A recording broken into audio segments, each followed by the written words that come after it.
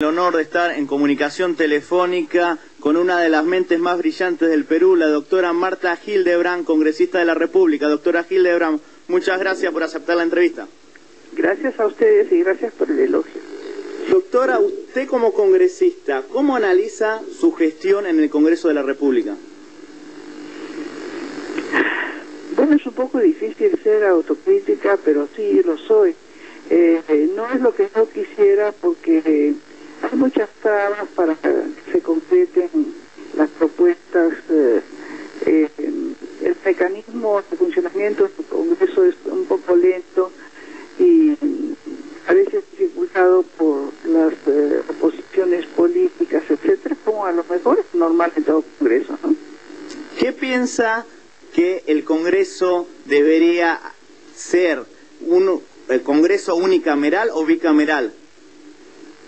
Bueno, tal vez debería ser bicameral, pero yo creo que en algunos casos que se dan en la historia no hay proceso. Y creo que en lugar de lamentarse, porque el Congreso ya no es bicameral, y en lugar de explicarse el fracaso de un Congreso unicameral por ser, hay que lograr que este Congreso unicameral sea eficiente. ¿Piensa que hay que retornar a la Constitución del 79 como plantean muchos apristas o con la Constitución del 93 se está bien? No, yo creo que no es cuestión de constituciones. Con una constitución buena se puede hacer un mal gobierno y viceversa. Es cuestión de actores políticos de primera, en primer lugar que trabajen mucho, en segundo lugar que sean absolutamente honestos, en tercer lugar, por supuesto, haya las naturales oposiciones entre diferentes ideales políticos, pero que haya una lucha abierta y limpia, ¿no?, entre los diferentes partidos. ¿Los millones de peruanos que se encuentran en el exterior tendrían que tener sus representantes en el Congreso de la República? Es lo de menos, ¿eh? No sé si en algunos países existe esa costumbre o ese sistema, y es lo de menos. Esas son cosas completamente colaterales, porque de todas maneras sería una minoría. No resolverían el problema. Se trata de resolver problemas. ¿Qué piensa de sus colegas congresistas que fueron suspendidos por diferentes causas? ¿Cómo? ¿Qué piensa de sus colegas congresistas que fueron suspendidos de sus funciones por diferentes causas? Pienso que todos fueron de una manera justa, ¿no? El tema de que usted es una referente de la cultura allá en el Perú, ¿piensa que hay que hacer un Ministerio de Cultura en el Perú como se planteó hace un tiempo? Podría ser una buena cosa y podría hacerlo. Todo depende, no de las instituciones, sino de los hombres, las mujeres que se encargan de estas instituciones, porque puede haber un buen Ministerio de Economía o un mal Ministerio de Economía según la calidad del ministro, la ministra, ¿no? Ahora, por ejemplo, tenemos una magnífica ministra de Economía. Usted que fue directora del Instituto Nacional de Cultura durante la época de Velasco Alvarado, ¿cómo hay que recordar al régimen velasquista? Yo lo recuerdo muy positivamente. Supuesto que no todos opinan como yo. Tuve errores, por supuesto, también, pero su magnífica intención fue absolutamente honesto, todo, y bien intencionado. Con el tema de uno de los peruanos que se destacó en este gobierno, el general Edgardo Mercado Jarrín, a quien tuvimos el gusto de entrevistar, ¿qué nos puede decir de lo que fue Mercado Jarrín para la región, este gran geopolítico peruano?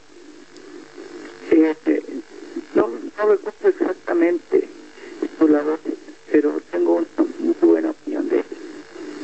¿Cuál es el futuro político de Marta Hildebrand de cara a las elecciones que van a ser este año y el año próximo? ¿El futuro político? Sí. No sé, no he pensado, no sé si siquiera tengo futuro. Yo soy una persona muy práctica, muy pragmática, y vivo el día, vivo el presente, yo vivo lo más útilmente que puedo, haciendo a veces maravillas con el tiempo, y no sé, el tiempo lo deja. Usted como lingüista, ¿qué opina opina de las jergas peruanas? ¿De las qué? De las jergas peruanas que están tan en boga, sobre todo en la juventud allá en el Perú. Usted como... Ay, ¿sabe qué? Sí. No le doy la importancia que otra gente le da. Yo le doy importancia al lenguaje peruano, no a la jerga peruana. Lo importante es el lenguaje peruano en su totalidad, de lengua culta, de lenguas especializadas, lengua formal, lengua informal y como colita las jergas. Pero las jergas son una cosa completamente secundaria y accesoria cuando uno estudia cómo se produce un lenguaje en determinada región o determinado contexto geográfico. ¿Y por qué piensa que tiene tanta aceptación, sobre todo en la televisión, en el público juvenil, este lenguaje? Por el bajo nivel cultural que hay a veces en las personas que tienen a su cargo esos programas. Nuestra televisión no es buena, ¿no? Y entre los periódicos tenemos ahí algunos que están totalmente escritos en jerga.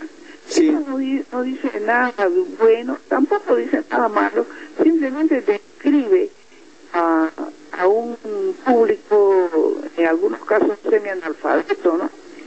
Porque aprendió a leer, pero jamás lee. Ese es el semianalfabeto. Este año se cumple el bicentenario argentino. ¿Qué nos puede decir de la hermandad argentino-peruana, ya que son uno de los países con más afinidad que tiene con Argentina el Perú? Sí, es verdad, hay una afinidad peruano-argentina que tiene una supera de siglos, pero tal vez se diga que no son limítrofes. Muchas gracias, doctora Marta Hildebrand, por esta conversación. Encantada.